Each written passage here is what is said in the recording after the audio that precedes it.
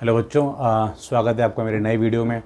तो इससे पहले हम इंग्लिश हिंदी ग्रामर में पार्ट्स ऑफ स्पीच पढ़ चुके हैं। हमने सारे पार्ट्स ऑफ स्पीच देखे थे, इंग्लिश में भी कैसे थे, हिंदी में भी कैसे थे। और ये मेरा यूनिक स्टाइल है पढ़ाने का, जहाँ पे मैं इंग्लिश और हिंदी दोनों को साथ में लेकर चल रहा हूँ ग्रामर को। हम उसी उसमें कंटिन्यू करेंगे, लेकिन कुछ कुछ चीज़ें ऐसी होती हैं जो हमको इंग्लिश में ही देखनी होती हैं या फिर हिंदी में ही देखनी होती हैं, उसको अपन अलग अलग करेंगे, उसको अपन मिक्स नहीं करेंगे। हम उन्हीं चीज़ों को मिक्स करेंगे जहाँ पे इंग्लिश और हिंदी दोनों सेम है, राइट। तो लास्ट टाइम हम नाउन पढ़ लिया था, तो नाउन अब हम पढ़ चुके हैं कि सेंटेंस जब हम पढ़ते हैं तो सेंटेंस पढ़ते टाइम पे या लिखते टाइम पे या बोलते टाइम पे दो तीन वर्ड्स बहुत इंपॉर्टेंट होते हैं, नाउन और वर्ब, राइट। जैसे हमने पढ़ा कि आई laugh, I play, I eat, you go, you sleep, right. तो सबसे जो हमने लास्ट टाइम पे पढ़ा था कि सेंटेंस में सबसे मिनिमम जो चीज़ हमको चाहिए होती है वो चाहिए होती है एक सब्जेक्ट और एक वर्ब। ऑब्जेक्ट हो नहीं हो वो बात की बात है, अगर हो तो अच्छी बात है, नहीं हो तो भी कोई बुराई नहीं है। जैसे आई स्लीप वाले केस में कोई ऑब्जेक्ट नहीं है। आई ईट, अब आई ईट में मैं कहता हूँ मैं खा रहा हूँ, तो ये भी एक सेंटेंस पूरा अपने आप में है। आई ईट आइसक्रीम और आई ईट फ्रूट, वो भी सेंटेंस सही है, उसमें हम एक ऑब्जेक्ट लगा रहे हैं, राइट। तो मैंने ये ऑब्जर्व किया है कि जनरली जो बच्चे होते हैं वो जो गलतियाँ करते हैं वो कभी भी नाउन, प्रोनाउन और एडजेक्टिव इन सब में नहीं करते हैं। ज़्यादातर गलतियाँ इंग्लिश ग्रामर में होती हैं वर्ब में, और वहीं हम सारे टेंस पढ़ते हैं, agreement of verb with subject पढ़ते हैं, बहुत सारे एक्टिव पैसिव वॉइस पढ़ते हैं, बहुत सारी चीज़ें और भी हैं जो वर्ब में पढ़ते हैं। लेकिन मेन चीज़ ये है कि जब भी हम इंग्लिश बोलते हैं या इंग्लिश लिखते हैं, सबसे ज़्यादा जो गलतियाँ हम करते हैं वो हम करते हैं वर्ब के फॉर्म में। अगर हमको वर्ब का फॉर्म क्लियर है, हमको पता है कि कैसे कैसे वर्ब्स यूज़ होने वाले हैं, तो हमारी इंग्लिश में गलतियां जनरली कम होंगी। तो आज हम टेंस पे नहीं जाएंगे, टेंस एक लंबा टॉपिक है, उसमें काफ़ी सारी चीज़ें होती हैं, तो उस पर हम बाद में पढ़ेंगे। पर हम पहले आज ये समझ लेते हैं कि वर्ब जो है वो होती क्या है। तो अगेन ये कोई क्लास स्पेसिफिक वीडियो नहीं है, मतलब 6, 7, 8 सबके अच्छे देख सकते हैं उसको आराम से, छोटे बच्चे भी देख सकते हैं। तो वर्ब को हिंदी में हम क्रिया बोलते हैं। जैसे मैं बताता हूँ आपको, हर वर्ड का मैं एक हिंदी वर्ड बोलता ही हूँ आपको, तो वर्ब को हिंदी में क्रिया बोलते हैं। और क्रिया से अपने आप में ये साफ साफ पता पड़ता है कि कोई भी जो हम काम कर रहे हैं, कोई भी जो हम एक्शन ले रहे हैं, उसको हम क्रिया बोलते हैं। ये हमने पढ़ा है छोटी क्लासेस में कि कोई भी एक्शन वर्ड्स जो होते हैं, laugh, eat, play, sleep, they are all called as verbs, और हिंदी में भी उनको हम क्रिया बोलते हैं। कुछ और भी वर्ड्स होते हैं जैसे, तो अब कुल मिला के जो थोड़ी मॉडिफाइड डेफिनेशन है या थोड़ी सी बड़ी डेफिनेशन है वर्ब की, वो ये है कि कोई भी ऐसा वर्ड जो मेरे को नाउन के बारे में या प्रोनाउन के बारे में कुछ एक्स्ट्रा बता रहा है, it is telling me something, right. It is telling me something, it is also about existence. कि अगर मैंने बोला कि Ashoka is a great king, तो इसमें कोई एक्टिविटी नहीं कर रहा है अशोका, एक एग्जिस्टेंस है, अशोका का एक एग्जिस्टेंस है। Shivaji was a great warrior, तो इसमें भी एक एग्जिस्टेंस है इस बात का कि ऐसा था या ऐसा है। मेरे हाथ में पेन है, इस बात में भी मैं कोई एक्टिविटी नहीं कर रहा हूँ, पेन है, रखा हुआ है, एग्जिस्टेंस है, मेरी बॉडी में, मेरे हाथ में पेन का एग्जिस्टेंस है। तो ये वाला केस। कई के होते हैं फीलिंग वाले case, I am feeling sad, I am feeling happy, तो फीलिंग जो वर्ड है, तो इसमें भी हम कुछ एक्टिविटी नहीं कर रहे हैं। तो यही चीज़ मैं आपको समझाने की कोशिश कर रहा हूँ कि हमेशा एक्शन वर्ड्स ही वर्ब नहीं होते। एक्शन वर्ड्स तो वर्ब होते ही हैं, उसके अलावा भी कुछ और वर्ड्स हैं, जैसे फीलिंग वाले हैं, जैसे एग्जिस्टेंस वाले हैं, जो आपको कुछ बताते हैं उसके बारे में, उसको भी हम वर्ब बोलते हैं। ठीक है, यहाँ तक ठीक है। अब अपन बात करते हैं कि ये वर्ब जो होते हैं वो किस किस तरह के होते हैं और क्या क्या हम पढ़ सकते हैं इसके बारे में। ठीक है, तो एक और चीज़ से पहले मैं बताना चाहता हूँ कि वर्ब जो ये वर्ड है, ये वर्ड आया है अपने आप में वर्बम। एक वर्ड है लैटिन में वर्बम। वर्बम का मतलब होता है वर्ड। इसका मतलब इसलिए ये इम्पॉर्टेंट यहाँ पे समझने के लिए कि किसी भी सेंटेंस में जो मोस्ट इम्पॉर्टेंट वर्ड होता है, वैसे सारे ही इंपॉर्टेंट होते हैं, नाउन भी इंपॉर्टेंट है अपने आप में, प्रोनाउन भी इंपॉर्टेंट है, लेकिन जो मोस्ट इंपॉर्टेंट वर्ड है जो ये बताता है कि उसमें हो क्या रहा है। आई, मैंने बोल दिया आलोक, तो आलोक क्या, आलोक खेल रहा है, आलोक पढ़ा रहा है, आलोक पढ़ रहा है। तो कुछ मतलब वो जो हम एक्टिविटी कर रहे हैं या हम जो फील कर रहे हैं या जो हमारा एग्जिस्टेंस है, मेरे हाथ में कुछ चीज़ रखी हुई है, उस सब को हम क्या बोलते हैं। अब मैं बोलूँगा कि Mars is the second nearest planet to the sun, right.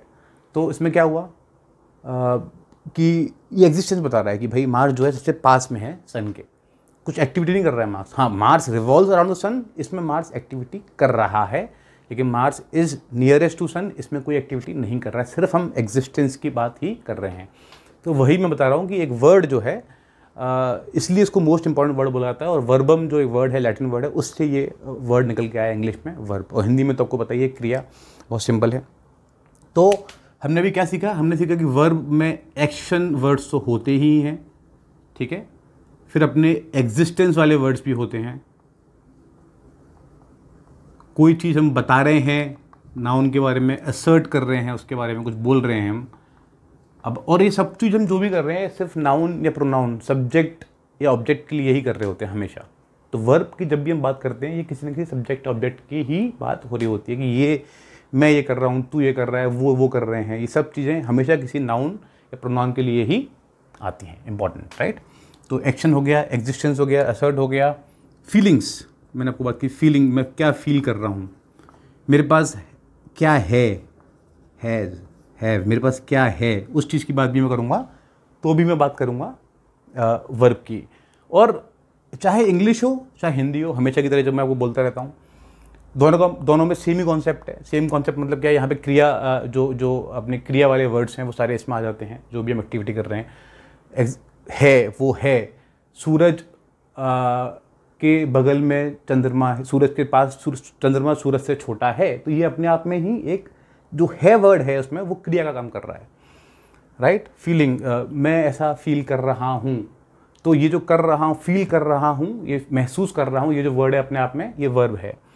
मेरे पास पेन है, मेरे पास कार है, मेरे पास घर है, गाड़ी है, बंगला है, सब सुना है हमने जो, तो उसमें जो ये जो है वर्ड जो आता है, वो जो वर्ड है वो वर्ड अपना वर्ब है। तो वो दोनों के केस में, चाहे वो इंग्लिश हो चाहे वो हिंदी हो, दोनों के ही केस में ये 4-5 तरह के जो वर्ड्स होते हैं उनको अपन बोलते हैं वर्ब्स, ठीक है। अब अपन बात करते हैं कि वर्ब्स कौन से टाइप की हमने पढ़ी हैं, मतलब और भी तरह की वर्ब्स होती हैं, लेकिन इंपॉर्टेंट चीज़ होती है, एक होती है मेन वर्ब, और एक होती है अपनी, यहाँ लिखता हूँ उसको मैं, भले ही इंग्लिश की लिखा हुआ है उससे फ़र्क नहीं पड़ता।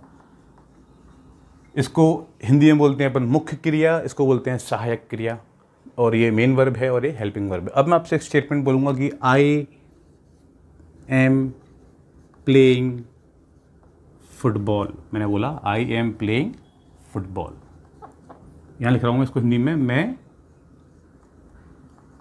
फुटबॉल खेल रहा हूँ।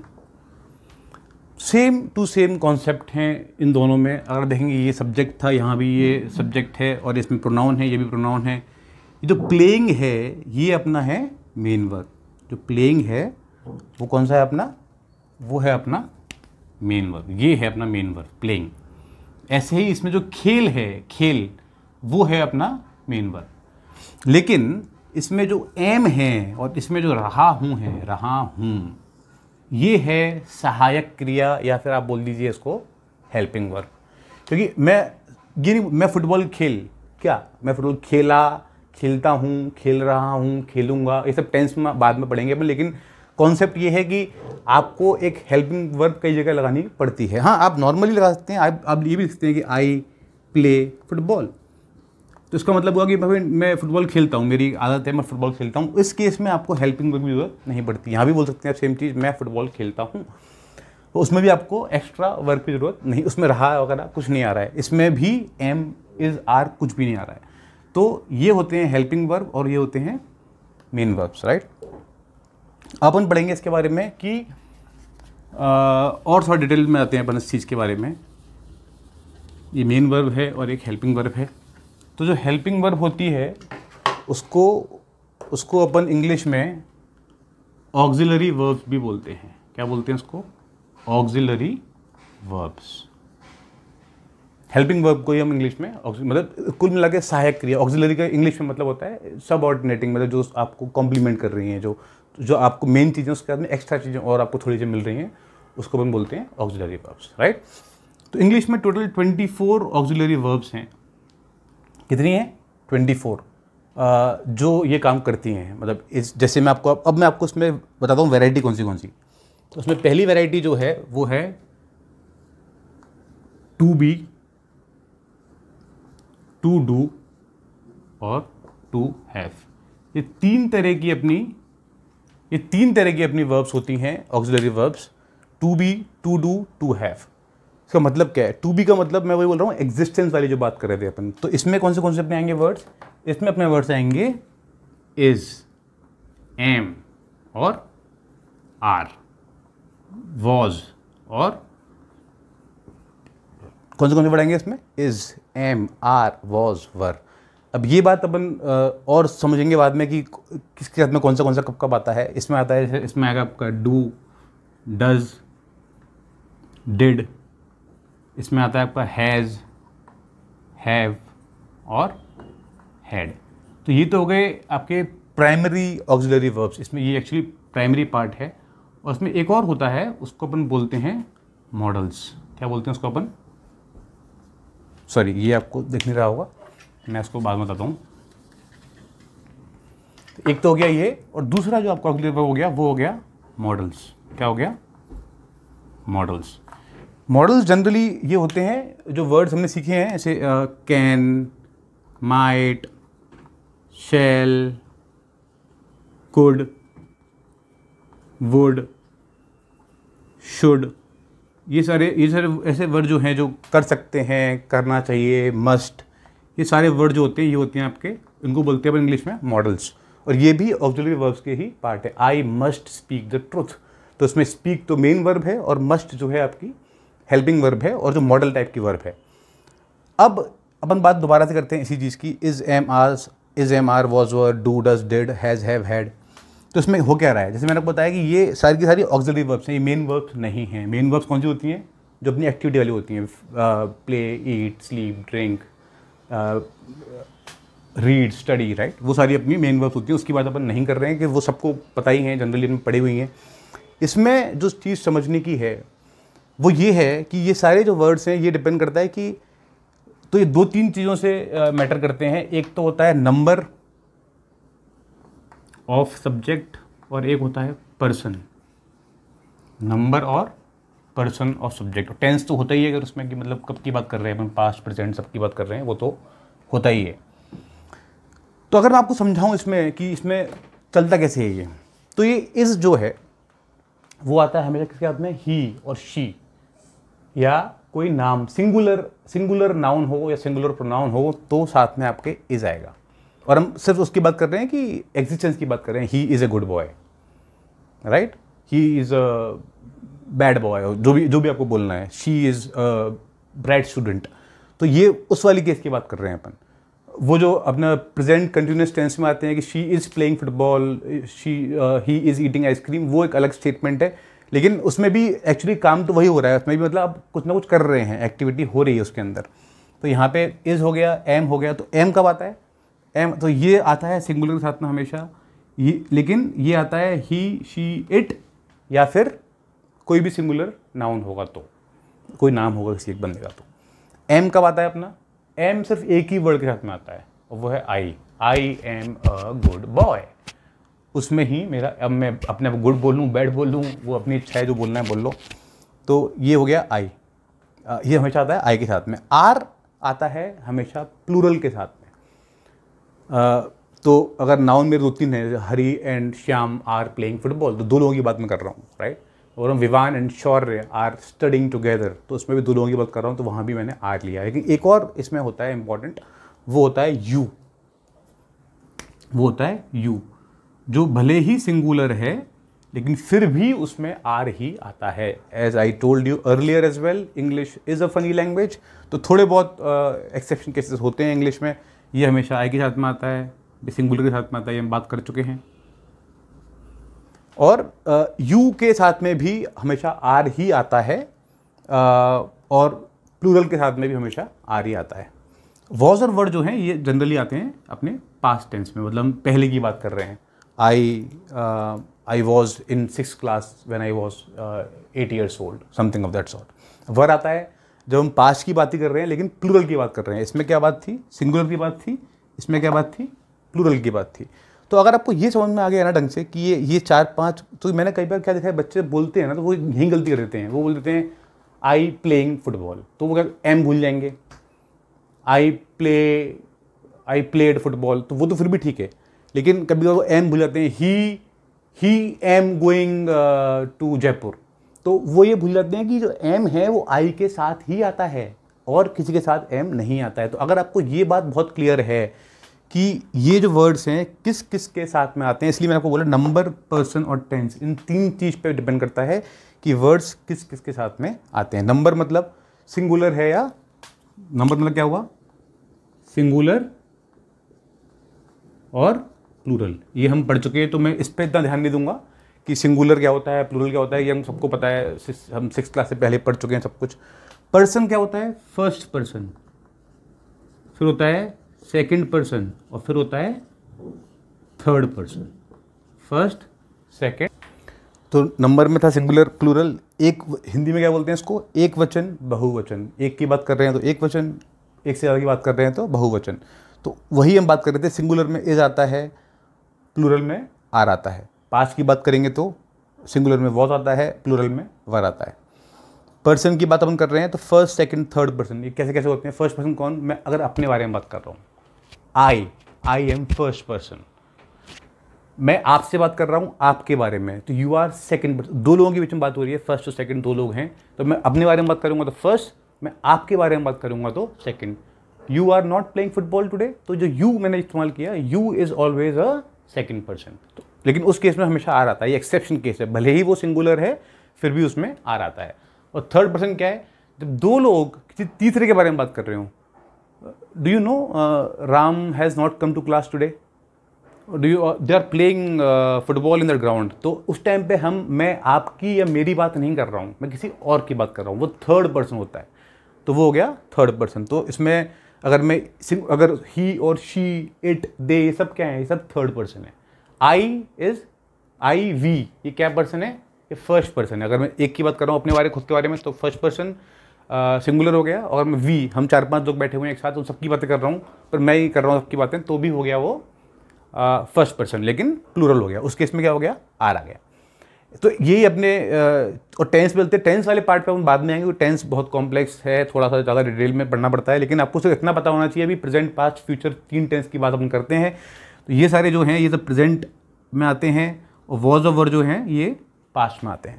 ऐसे ही डिड जो है वो पास्ट में आता है, हैड जो है वो पास्ट में आता है, डू और डज ये प्रेजेंट में आते हैं, हैज़ और हैव भी प्रेजेंट में आते हैं। तो इंपॉर्टेंट चीज़ ये समझने की है अपनी।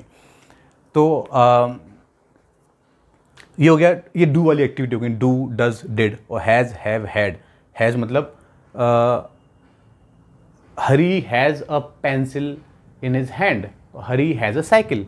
लेकिन अगर मैं 2 लोगों की बात करूँगा, Hari and Shyam have scooters, तो उसमें क्या आ गया, हैव। मैं दे की बात कर रहा हूँ तो आ गया हैव। तो प्लूरल जब भी होगा तो क्या आ गया, हैव।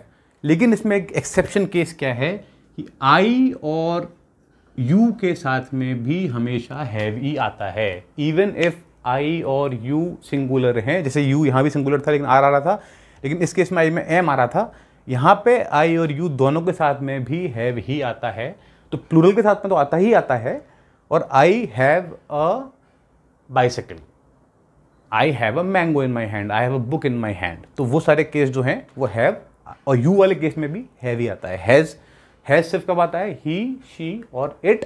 और अपन बात कर रहे हैं प्रेजेंट टेंस सिंगुलर की, इसमें प्लूरल, और ये है पास्ट टेंस। तो पास्ट टेंस में सबसे अच्छी बात क्या है, जैसे इसमें उसमें फ़र्क क्या है, यहाँ पे सिंगुलर के लिए वॉज था और प्लूरल के लिए वर था। इसमें चाहे सिंगुलर हो चाहे प्लूरल हो, दोनों में ही हैड आएगा।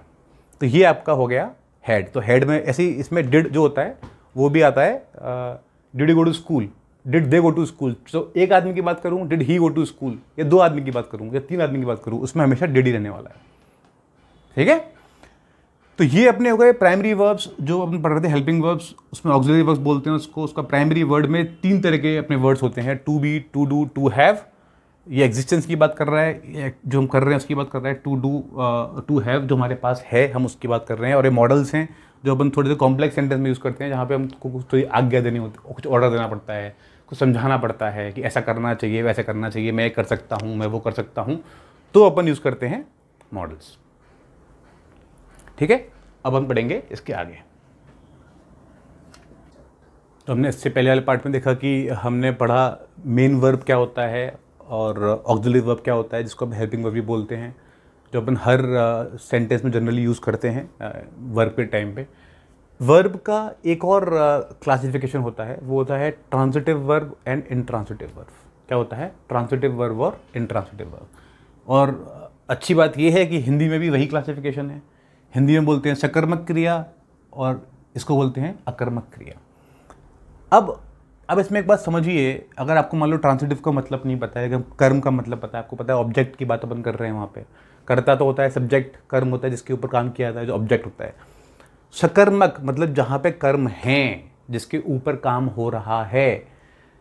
अकर्मक जहाँ पे कर्म नहीं है, मतलब ऐसा कोई एक्टिविटी किसी के ऊपर नहीं कर रहा हूँ मैं। जैसे मैंने बोला मैं सो गया, आई एम स्लीपिंग, तो इसमें कोई मैं क्या सो गया, मैं खा रहा हूँ, क्या खा रहा हूँ, अच्छा क्वेश्चन है। मैं पढ़ रहा हूँ, क्या पढ़ रहा हूँ, अच्छा। So I am reading for example, अब मैं आपको लिख के दिखाता हूँ। यहाँ पे मैंने बोला आई एम स्लीपिंग, तो इस केस में टॉपिक खत्म हो गया। यहीं पे आपको इस सेंटेंस को इसके ऊपर करने की ज़रूरत है ही नहीं। और ये आपकी कौन सी क्रिया है? ये आपकी अकर्मक क्रिया है, इंट्रांजिटिव वर्ब। और मैं बोलूँगा आई am reading a book, I am reading a book. तो उसमें क्वेश्चन क्या है? मैं पढ़ रहा हूँ, क्या पढ़ रहा हूँ, बुक पढ़ रहा हूँ। क्या पढ़ रहा हूँ? बुक पढ़ रहा हूँ। तो ये बुक क्या है? बुक ऑब्जेक्ट है। ऑब्जेक्ट को हिंदी में क्या बोलते हैं अपन? कर्म। क्या बोलते हैं ऑब्जेक्ट को हिंदी में? कर्म। तो इस सेंटेंस में हमने कर्म यूज किया है, तो ये कौन सी क्रिया हो गई आपकी? सकर्मक क्रिया। तो कुल मिला के अब मैं बोलूँगा I am playing, I am playing, अब मैं खेल रहा हूँ, ठीक है, ये भी अपने आप में सही सेंटेंस, कुछ गलत बात नहीं है इसमें। आई एम प्लेइंग क्रिकेट बोला मैंने, तो मैं क्या खेल रहा हूँ? What I am playing. तो जो भी मैं वर्ब कर रहा हूँ उसको क्वालिफाई कर रहा हूँ, फर्दर क्वालिफाई कर रहा हूँ कि मैं कर रहा हूँ, लेकिन क्या कर रहा हूँ? मैं खेल रहा हूँ, क्या खेल रहा हूँ? फुटबॉल खेल रहा हूँ। मैं पी रहा हूँ, आई एम ड्रिंकिंग, क्या? चाय, कॉफ़ी, पानी, क्या पी रहे हो आप, राइट? उस पर डिपेंड करता है। तो जहाँ जहाँ हम कोई ऑब्जेक्ट यूज़ करेंगे, जहाँ जहाँ हमारे पास आंसर वॉट या हुम में आ जाएगा कि what are you drinking, what are you playing, what are you reading, उसका अगर आंसर हमको मिल गया तो हम मान लेते हैं कि वो सकर्मक क्रिया है, क्योंकि उसमें एक ऑब्जेक्ट है। जहाँ पे हम कोई आंसर नहीं मिला, हम मान लेते हैं कि वो अकर्मक क्रिया है, सेंटेंस अपने आप में कंप्लीट है। अब मैं आपको लिखूंगा एक sentence, the sun shines, the sun shines brightly. अब इस केस में क्या की बात नहीं कर रहे हैं अपन, सनशाइन्स, वो ब्राइटली कैसा कर रहा है, वो एक एडवर्ब हो गया। This is qualifying the verb, वो एक अलग चीज़ हो गई जो हम पार्ट से पढ़ चुके हैं। एडवर्ब वो होता है जो वर्ब को क्वालिफाई करता है, लेकिन ये ऑब्जेक्ट नहीं है, ये ऑब्जेक्ट नहीं है। आपका हमने पहले भी पढ़ा हुआ है, सब्जेक्ट और ऑब्जेक्ट जनरली नाउन और प्रोनाउन ही होते हैं। सब्जेक्ट और ऑब्जेक्ट जनरली नाउन और प्रोनाउन ही होते हैं। ये बात समझना बहुत ज़रूरी है, क्योंकि आपको जब आंसर मिलेगा वॉट का या हुम का, I am talking to my friend, whom are you talking to, I am talking to my friend. तो माई फ्रेंड, जो फ्रेंड है वो नाउन है, फ्रेंड क्या है? नाउन है, वो ऑब्जेक्ट है।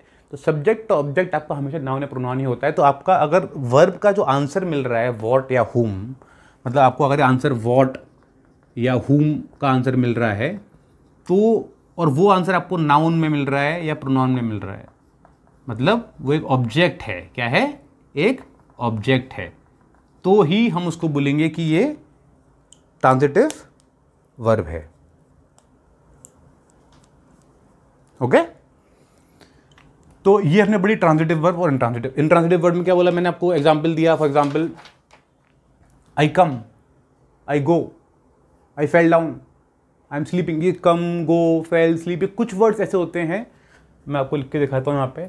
कुछ वर्ड्स ऐसे होते हैं जो ज़्यादातर कम, गो, फेल, स्लीप, ये ज़्यादातर वर्ड्स ऐसे होते हैं, और जो जनरली आपके अकर्मक क्रिया मतलब इंट्रांजिटिव वर्ब ही होते हैं, क्योंकि इसमें कोई ऑब्जेक्ट नहीं हूँ। मैं क्या जाता हूँ, मैं क्या आता हूँ, उसका आंसर देखते हैं आप। मैं टू, कमिंग टू हुम, ऐसा बोलते हैं अपन। तो इसलिए ये ज़्यादातर ये जो वर्ड्स हैं वो आपके इंट्रांसिटिव वर्ब्स ही होते हैं क्योंकि इसमें ऑब्जेक्ट नहीं होता। लेकिन एक चीज़ इंपॉर्टेंट इसमें है जो मैं आपको समझाना चाह रहा था, वो ये है कि ऐसा नहीं है कि हर वर्ब से ही पता पड़ जाएगा मेरे को कि ये जो वर्ब है वो ट्रांजिटिव है या इंट्रांजिटिव है। ये डिपेंड करता है उसके यूसेज पे, उस सेंटेंस में उसको कैसे इस्तेमाल किया है हमने, इस बात पे बहुत डिपेंड करता है कि वो वर्ब ट्रांजिटिव है कि इंट्रांजिटिव है। जैसे आपको एग्जांपल देता हूँ, मैंने को बोला रिंग द बेल। क्या एग्जांपल बोला? Ring the bell. अब यहां लिख रहा हूं मैं the bell rang loudly. Same verb है इसमें। वर्ब कौन सी है? Same, ring. मतलब वो अलग बात है कि यहाँ प्रेजेंट में पास्ट में यहाँ भी रिंग्स लिखते हैं, कोई टेंशन नहीं है। आपको इजी करने के लिए मैं उसको रिंग्स लिख देता हूँ, ठीक है, रिंग्स लिख देता हूँ उसको। दोनों जगह सेम वर्ब इस्तेमाल हुई है, रिंग्स और रिंग यहाँ भी सेम है। लेकिन इसमें क्या है? रिंग द बेल, बजा रहा है क्या? घंटी। तो ये क्या है? ऑब्जेक्ट। यहाँ पे कोई ऑब्जेक्ट है क्या? ये एडवर्ब है, लाउडली। कैसे बज रही है? कैसे का आंसर से हमको फर्क नहीं पड़ता, हमको फर्क पड़ता है क्या और किससे। क्या और किससे के आंसर से फर्क पड़ता है, कैसे से हमको फर्क नहीं पड़ता, क्योंकि कैसे का जो आंसर आता है वो हमेशा होता है एडवर्ब। तो इस केस में ये इंट्रांजिटिव वर्ब है और इस केस में ये ट्रांजिटिव वर्ब है। अब आपको मैंने बोला the horse kicked the man. The horse kicked the man, यहां लिखा मैंने the horse kicked fast. Same, दोनों केस में सेम ही वर्ब है, सेम ही वर्ब है, किक्ड और किक्ड। लेकिन एक केस में ये क्या है? ट्रांजिटिव वर्ब है। क्यों?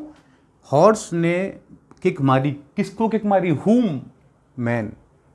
इसमें क्या है? हॉर्स किक मारी, लेकिन किसको का आंसर मिल रहा है? इसमें नहीं मिल रहा। व्हाट का आंसर मिल रहा है? नहीं मिल रहा। कैसे मारी का आंसर मिल रहा है? फास्ट। मतलब ये एडवर्ब है, ये ऑब्जेक्ट नहीं है। यहां पे ये ऑब्जेक्ट है। क्योंकि यहां पे ऑब्जेक्ट है इसलिए ये ट्रांजिटिव वर्ब है, और यहां पे ऑब्जेक्ट नहीं है इसलिए ये इंट्रांजिटिव वर्ब है। क्लियर हो गया आपको? ओके, आई होप ये चीज इंपॉर्टेंट है। तो इसका मतलब मैं समझाना आपको ये चाह रहा हूं कि ट्रांजिटिव वर्ब और इंट्रांजिटिव वर्ब सिर्फ वर्ब देख के पता नहीं पड़ता, हमको सेंटेंस देख के पता पड़ता है कि वो ट्रांजिटिव है कि इंट्रांजिटिव है। एक क्विक ट्रिक बताता हूं आपको मैं। जब भी वर्ब के लास्ट में एडजेक्टिव लगाओ इमीडिएटली, तो आप ज़्यादातर ये मान के चलिए कि वो इंट्रांजिटिव ही होगी, क्योंकि अगर वो लगाते हैं वहाँ पे तो वो एक जनरली ऑब्जेक्ट लगा देते हैं, और उसके जस्ट बाद कोई नाउन लगा हुआ है तो ये मान के चलिए आप कि वो ट्रांजिटिव होगी। ये इजी तरीका है पहचानने का ट्रांजिटिव वर्ब को और इंट्रांजिटिव वर्ब को। तो यहाँ पे हमने देखा एडजेक्टिव लगा हुआ है, यहाँ भी एडजेक्टिव लगा हुआ है, यहाँ पे नाउन लगा हुआ है, यहाँ पे नाउन लगा हुआ है, जो अपने आप में ऑब्जेक्ट हैं, इसलिए ये इस केस में ट्रांजिटिव है और इस केस में इंट्रांजिटिव है, राइट। अब मैं एक और सेंटेंस बोल रहा हूँ आपको। मैंने बोला he spoke the truth, he spoke the truth. अगला सेंटेंस बोल रहा हूँ मैं, he spoke quite fast, he spoke quite fast. Same to same चीज इसमें क्या है? What did he speak? He spoke the truth. तो ट्रुथ आपका क्या है इसमें? नाउन। और कौन सा नाउन है? हमने पढ़ा हुआ है एब्स्ट्रैक्ट नाउन, क्योंकि इसको आप टच फील नहीं कर सकते, ठीक है। लेकिन ये ऑब्जेक्ट है इस केस में, क्योंकि नाउन है और ऑब्जेक्ट है। तो इस केस में ये स्पोक जो है वो हो गया आपका ट्रांजिटिव वर्ब, और इस केस में जो स्पोक हो गया वो हो गया इंट्रांजिटिव, क्योंकि यहाँ पे कोई भी ऑब्जेक्ट नहीं है। तो ये बहुत जानना बहुत ज़रूरी है कि ट्रांजिटिव वर्ब और इंट्रांजिटिव वर्ब हमेशा फिक्स नहीं होते हैं। ये डिपेंड करता है कि सेंटेंस में वो यूज़ कैसे हुए हैं, उसके बेस पे पता पड़ता है आपको ट्रांजिटिव है कि इंट्रांजिटिव है। However there are some words which I told you, come, go, fall, sleep, जो जनरली इंट्रांजिटिव ही रहते हैं, क्योंकि उसका आंसर आपको व्हाट या होम में नहीं मिलता है। तो एक और बार क्विक रिवीजन, ट्रांजिटिव का मतलब सकर्मक, जहाँ पे कोई ऑब्जेक्ट होता है। इंट्रांजिटिव मतलब अकर्मक, जहाँ पे कोई ऑब्जेक्ट नहीं होता है, हम किसी ऑब्जेक्ट के बारे में बात नहीं कर रहे हैं। और ट्रांजिटिव का आंसर हमको मिलता है व्हाट से, हुम से, उसका आंसर हमको नहीं मिलता है व्हाट और हुम से, इसलिए पता पड़ जाता है हमको कि वो इंट्रांजिटिव है, अकर्मक क्रिया है। और एक और क्विक ट्रिप कि अगर उसके इमीडिएटली साथ में एडजेक्टिव है तो जनरली वो इंट्रांजिटिव रहती है, और अगर उसके इमीडिएटली साथ में नाउन है या वो प्रोनाउन है तो वो जनरली ट्रांजिटिव वर्ब होती है। तो तो आज के लिए इतना ही, इसके बाद अपन अगली वीडियो में देखेंगे। आप जो कमेंट देना चाहते हैं कमेंट दे दीजिए, और मैं कोशिश करूँगा कि आपके क्वेश्चंस हों, कोई भी क्वेरीज हों, उसके आंसर मैं दूँगा आपको उसके अंदर। वीडियो देखने के लिए धन्यवाद। Thank you.